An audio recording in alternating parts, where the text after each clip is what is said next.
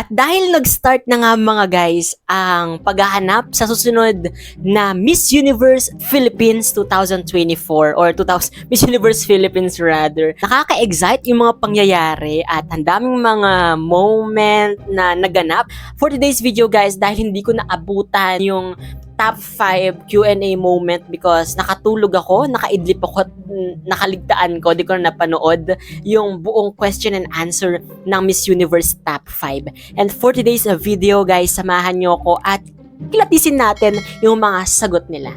So tara guys, panoorin natin to at samahan nyo ako. Let's go!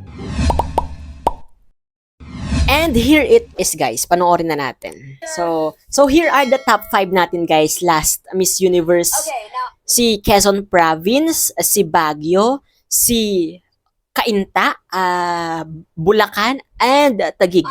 So, eto na guys, si Quezon Province. Grabe lang yung technical difficulties yung technicals ng Miss Universe Philippines. Kung hindi delay, ay napuputol yung mga words na sinasabi nila sa mga mic ng mga host, right? Kung napansin nyo yun guys. So, eto na ang simulan natin kay Quezon Province. Ganda ni Atisa.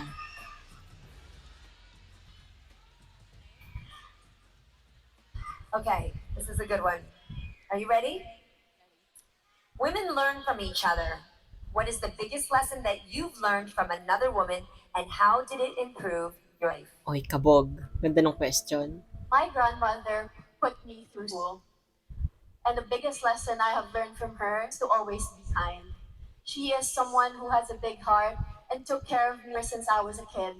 And I do think that my grandmother is someone that I can look up to. She is someone that is an embodiment of what a great woman is. Thank you. Nice! Kabog! You know what, guys? Being the first one na sasagot sa Q&A, pinaka-kabado at alam mo yon, di ba? Nakakawala sa sarili kapag ikaw yung first na sasagot. Because wala kang idea sa mga question, di ba? Ganon. And luckily, hindi man nag-stutter si si Atisa. Talagang dire-diretso yung kanyang sagot. And, yeah, tuldok or na punto niya, o, di ba? Yung question, di ba? Na-answer niya talaga. Goods, Atisa. Grabe, di ba? Parang dinala ni Atisa yung buong Quezon Province sa MOA Arena. Thank you, Quezon Province. Okay, goods.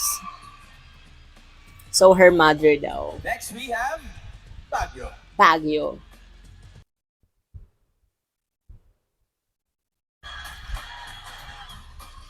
Here's Baguio. Very Barbie, babaita talaga si si Baguio. Baguio. Okay, Chara. here we go.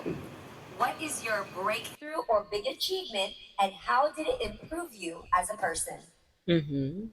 Being here in this prestigious pageant or Miss Universe Philippines 2024 is my greatest achievement. The Tara before is someone who doesn't really really limit herself when it comes to her achievements. Where I stepped Nag-stutter, here in guys. Miss Universe Philippines and I see the transformation, the improvement, and how I was able to become an inspirational woman that I am now. And that is something that I will Ako'y naubusan ng hininga, be. Thank you. Okay. Oh, good point din naman yung sagot niya. Although, yung stutter niya at yung dead air moment, di ba? All in all, goods. And yeah, kudos. Next, please join me here, Cainta. Cainta. Oh. Crowd favorite. Dari paturo pa si Cainta. Ang ganda ni Stacy, Gagi. Lakas mo ka Celeste nung gown niya ngayon. Women have admired you all throughout your life. Now tell us about how you have inspired another woman. Oh. You know, I've been told many times that I am too short to join a beauty pageant. But now I realize that pageant a representation, a reflection of that very nation. And tonight, I am not only representing Love myself, the but every confident. Filipino woman sees themselves in me. I hope to Taray! inspire every Filipina that just universe, we too are limitless. Ang impactful naman nun! Grabe ah. Stacy talaga. Alam mo na, nafe-feel ko kay Stacy, para siyang si Catriona, di ba? Ready siya and the confident and yung communication skills niya talaga. Kabugan, as in, ready siya to conquer the universe if ever siguro, no? Yes. Grabe, ang ganda nung, ang impactful nung sagutan niya. And here is Bulacan, ang Miss Universe na nanalo. Let's see kung bakit kaya. Thank you so much. All right. You are beautiful and confident. How do you use these qualities to empower others? Mm-hmm. As a woman of color, I have always faced challenges in my life. I was told that beauty has mattered, actually. But for me, I listen to always believe in my mother, to always believe in yourself, uphold the values that you have in yourself. Because of these, I am already influencing a lot of women who are facing me right now. As a transformational woman, I have here 52 other delegates with me who have helped me to become the woman I am. Thank you. Alright. Yung term siguro na hinahanap nila yung transformational woman. And relatable yung sagutan din, di ba? Kasi based on her own experiences daw yun. Tagig, ang ganda rin ni Tagig. Thank you. Okay. Ooh, I like this one. What is the biggest challenge you face as a Filipino woman, and what do you do to hurdle the challenge? Ganda I ni think one Tagig, of the gagi. biggest challenges that Filipino face today are being limited by still being shadowed by, unfortunately, men or in society. But I think my platform and me standing here in front of you today, I can encourage women that you too can stand up, you can be strong, you can be powerful, you can own your own destiny, like I plan to tonight.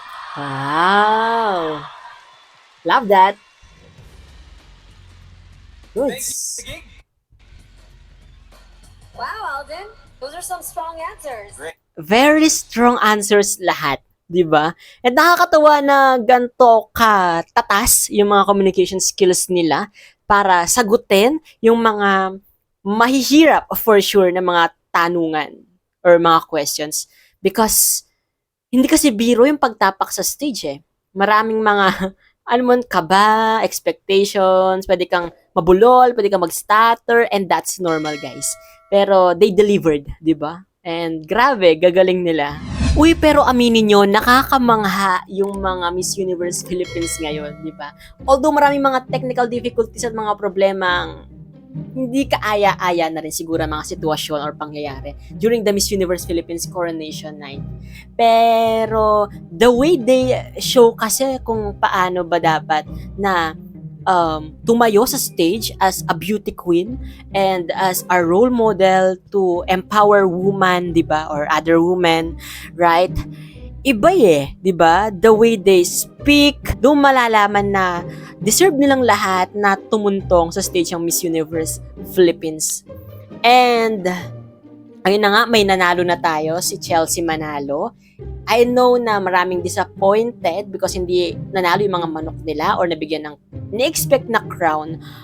Although, sabi nga, di ba, na baka may mas naka-align na mga stars in the universe for them, di ba?